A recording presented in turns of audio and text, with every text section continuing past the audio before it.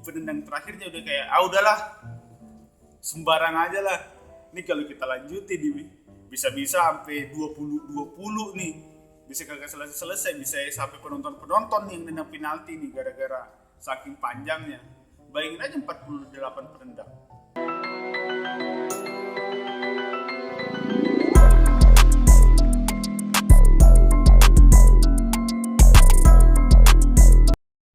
Kembali lagi di Wanjir, wawasan Jerry sama gua Jerry Simamora.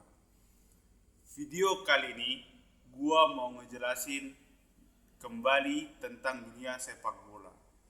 Ini yang gua bahas kembali lagi tentang fakta-fakta di luar lapangan. Kemarin kita sempat bahas yang di dalam lapangan dan profesi unik dari pemain bola. Kali ini gua ngebahas tentang fakta unik di olahraga sepak bola. Apalagi sebentar lagi ya kan, Indonesia di bulan September nih, di bulan depan kita akan masuk ke kualifikasi Piala Dunia nih. Setelah kita lolos di round 3, nih match day pertamanya nih sebentar lagi akan dilaksanakan nih di bulan September lagi. Pas banget di bulan depan nih, antara Indonesia melawan Arab Saudi, dilanjutin Indonesia lawan Australia nih. Wow, ini ngelawan negara-negara gede nih. Kita yakin nih Indonesia pasti bisa. Nggak perlu waktu berlama-lama nih, kita langsung masuk aja ke 5 fakta unik tentang dunia sepak bola. Fakta unik yang pertama, pertandingan dengan skor terbesar dalam satu pertandingan.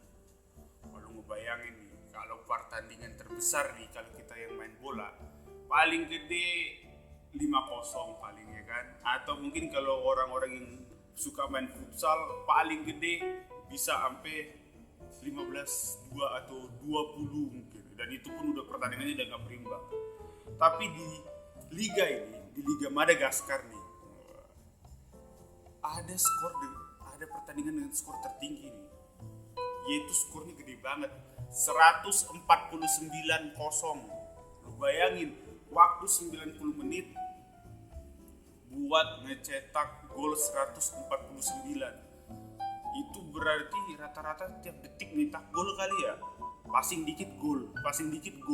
Ini pertandingan ini terjadi antara AS Adema lawan Stade Olympique de l'Emri nih. Aduh, gua agak susah nih. Atau yang kita singkat SOE aja. Nih, pertandingan antara AS Adema lawan tim SOE ini terjadi di tahun 2001. Di 2002 salah. Tepatnya di tanggal 31 Oktober 2002. Ini pertandingan yang menurut gua adalah pertandingan yang bentuk kekecewaan dari pemain satu klub nih. Ini terjadi sebagai bentuk protes dari tim SOE karena kemarin di pertandingan sebelumnya mereka dicurangi nama wasit. Jadi kadung marah yang sudah diciptakan dari tim SOE oleh aparat pertandingan nih, mereka akhirnya bikin protesnya dengan ya udah dah, gua habis-habisin lawan aja deh. Ini nih pertandingan yang bikin mereka kecewa nih antara tim mereka nih, SOE lawan DSA Antananarivo. Nah di situ wasitnya nggak bertindak jujur nih, nggak bertindak adil, yang bikin mereka semakin besar kecewanya. Karena di posisi tersebut tim mereka, yaitu SOE, lagi fase memperebutkan tahta juara Liga Madagaskar saat itu. Nah lagi ketat-ketatnya persaingan, mereka dicurangi. Ya udah, kadung marah langsung dibikin dah pertandingan yang hancur banget. Menurut gua di situ juga pertandingan itu bukan si lawan yang mencetak gol, tapi mereka sendiri pun berlomba-lomba untuk bunuh diri karena udah kadung marah itu. Ini makanya nih, apalagi di Indonesia nih kan sering sering terjadi match fixing atau kecurangan-kecurangan. Udahlah, stop. Sepak bola for unity, sepak bola untuk happy, sepak bola hiburan. Jangan ada intrik-intrik seperti itu yang bikin nanti pecinta sepak bola jadi kecewa. Di fakta unik selanjutnya adalah pertandingan dengan penalti kicks terbanyak. Wow. Kalau kita nonton nih di dalam dunia pertandingan sepak bola, penalti kicks terbesar itu ya mungkin sampai 8 penendang kali kan dari setiap tim. Itu pun udah lama banget, alot banget ya kan. Nah, kalau di pertandingan ini dikembali lagi di liga negara-negara di Afrika, yaitu di Piala Namibia. Pertandingan antara KK Peleis lawan Civics itu terjadi 48 tendangan penalti kicks. Skor akhirnya 17-16. Gila, ini pertandingannya aja udah lama nih. Tambah lagi penalti, ini pemain udah capek fisik, capek mental ya kan. Pertandingan ini memperebutkan Piala Namibia, tapi masih di ronde pertama ini. Ini dengan skor 17-16 ini aja, ini kalau kita ngebayangin ya, di pertandingan ini feeling kita, ini penendang Civics yang kalah ini, di penendang terakhirnya udah kayak, udahlah, sembarang aja lah. Ini kalau kita lanjutin nih, bisa-bisa sampai 20-20 nih, bisa kagak selesai, bisa sampai penonton yang nendang penalti nih gara-gara saking panjangnya. Bayangin aja 48 penendang. Itu 48 penendang, tendang terus. Kalau 48 setiap tim berarti 24 pemain, berarti kan ada beberapa kali gagal. Itu wasit dari tendangan pertama niupnya kenceng sampai terakhir gitu. Udah falas banget itu suara peluit. Gara-gara emang bener-bener pertandingannya udah cukup lama dan cukup alot ya kan. Jadi fakta yang bener-bener unik nih dari Afrika, bener-bener unik. Ada skor tertinggi dan ini kembali lagi dengan penalti terbaik. Di fakta selanjutnya, selesai nih kita tentang penalti kicks. Kalau ini tentang profil pemain. Nih untuk pecinta sepak bola dunia, apalagi fansnya Inter Milan, nih pemain namanya paling tersohor. Siapa lagi kalau bukan Dejan Stankovic. Ini pemain yang menurut gua cukup bagus sebagai gelandang ya kan. Permainannya kuat, strong gitu. Tipikal pemain-pemain Eropa dari negara-negara Eropa Timur ya, entah Serbia gitu-gitu. Strong banget. Pemain yang spesial dan pemain terkenal ini memiliki rekor unik yang tidak akan bisa digapai oleh pemain-pemain lain. Mau sekelas Messi ataupun Ronaldo.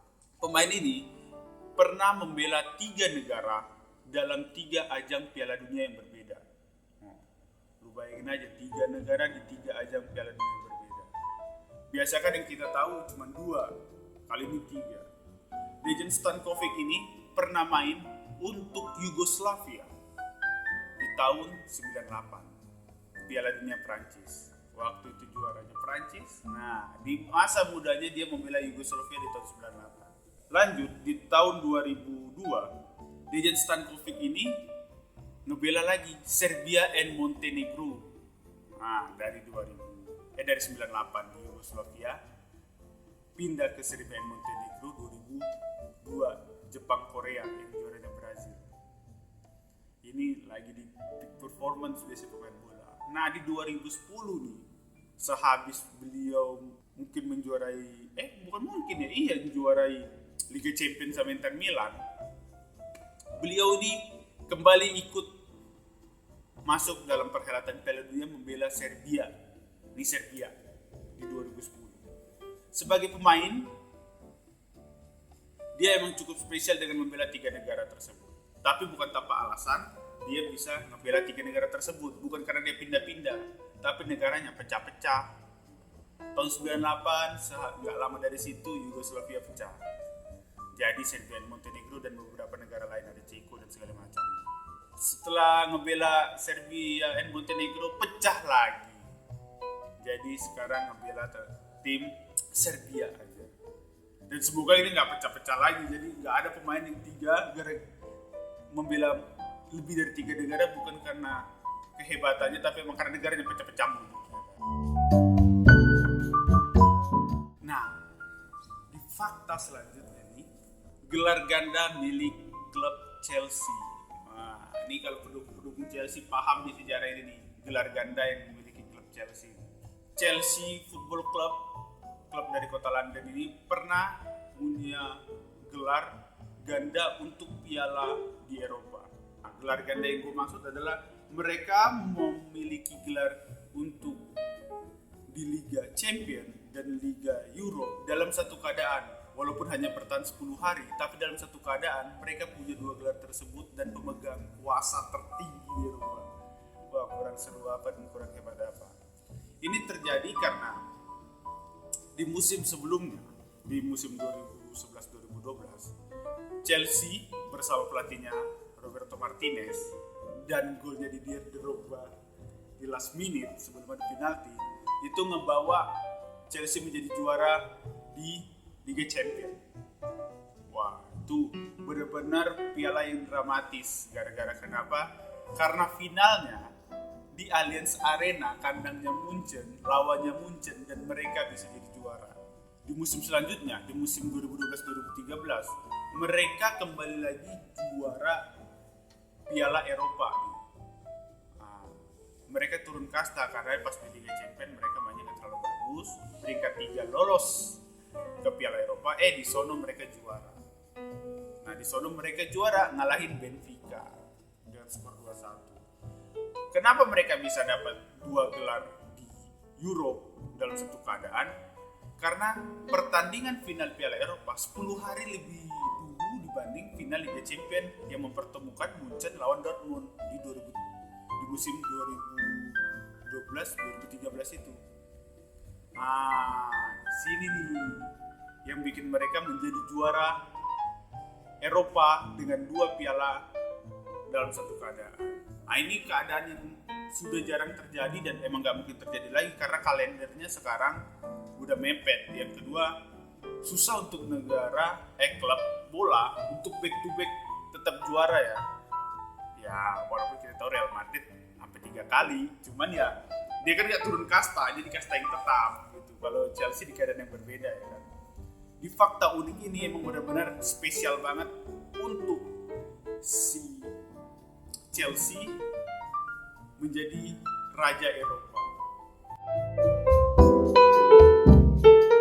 Di fakta unik selanjutnya, rekor Almus Ali.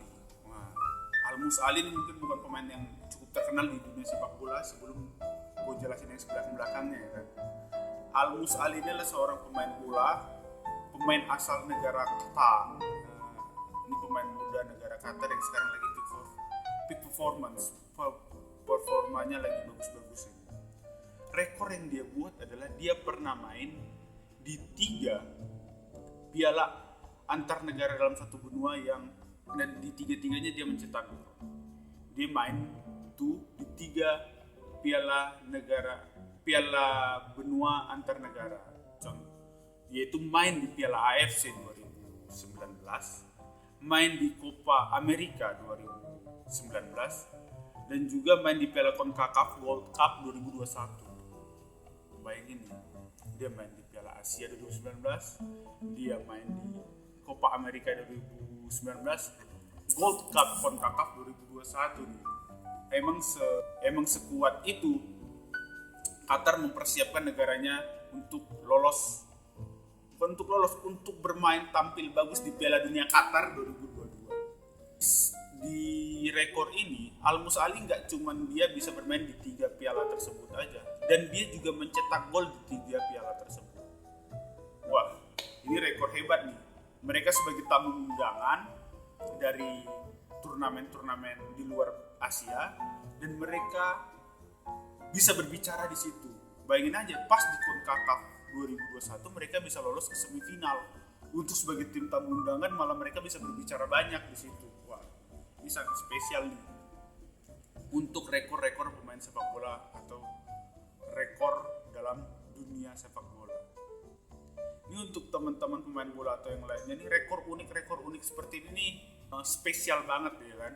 Karena untuk mengejar rekor prestasi persaingan cukup ketat, tapi punya rekor unik tidak terpikir tapi punya catatan sejarah. Sekian dari gue, Jerry Simamora. Kalau misalnya ada pembahasan yang pengen kalian bahas, pengen kalian jelasin, atau pengen kalian terangin dari sisi gue, coba komen aja di YouTube jam 8 waktu. Sekian dari gue, Jerry Simamora. Ciao.